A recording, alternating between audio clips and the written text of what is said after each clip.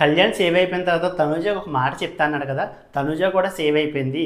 And ఏం చెప్తాడని నేనైతే చాలా ఈగర్గా అయితే వెయిట్ చేశాను. నాలాగే మీరు కూడా కళ్యాణ్ తనుజకి ఏం చెప్తాడని చెప్పి చాలా వెయిట్ చేసి ఉంటారు. అండ్ నాకు సార్ కూడా ఈగర్గా వెయిట్ చేసినట్టున్నారు. వాళ్ళిద్దరిని యాక్టివిటీ ఏరియాలోకి పిలిచి తనుజకి అయితే కళ్యాణ్ చెప్పవలసిన మాట చెప్పమని చెప్పి నాకు సార్ అయితే చెప్పారు. ఏం చెప్తాడని అనుకుంటే ఏదో సోది చెప్పినట్టు నాకు అనిపించింది. అండ్ ఈ విషయమే చాలాసార్లు అయితే తనుజకి చెప్పాడు. బయట నాకు ఒక గర్ల్ ఫ్రెండ్ ఉండేది, నిన్ను చూస్తే తనే గుర్తొస్తుందని చెప్పి, అండ్ నువ్వు అంతలాగా ఎమోషనల్ అయిపోయి నువ్వు కెప్టెన్ అవ్వలేదని బీపీ డౌన్ అయిపోయి అండ్ మెడికల్ రూమ్కి వెళ్ళడం నాకు తెలియదు. అండ్ తర్వాత వాళ్ళు చెప్తే అర్థమైంది, నాకు కొంచెం ఎమోషనల్ అనిపించింది, అందుకే అంతలా ఏడ్చాను.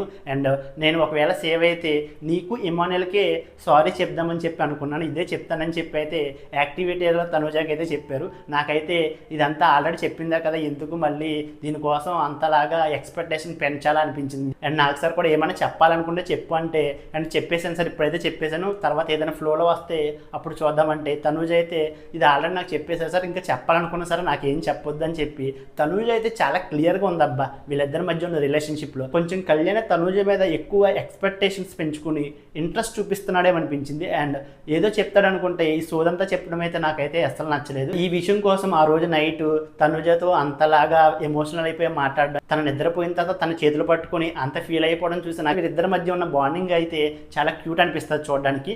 ఇద్దరు క్లారిటీగా ఉన్నారు. తనుజ అయితే చాలా క్లారిటీగా ఉంది కళ్యాణ్ మీద. కళ్యాణ్ తనుజ మీద ఉన్న బాండింగ్ మీద క్లారిటీతో లేరేమో నాకు అనిపించింది. అండ్ తనుజకి కళ్యాణ్ చెప్పిన ఈ విషయం కోసం మీరేమనుకున్నారో అండ్ మీరేమి ఎక్స్పెక్ట్ చేశారో వీడియోని లైక్ చేసి మీ అభిప్రాయాన్ని కామెంట్ చేయండి.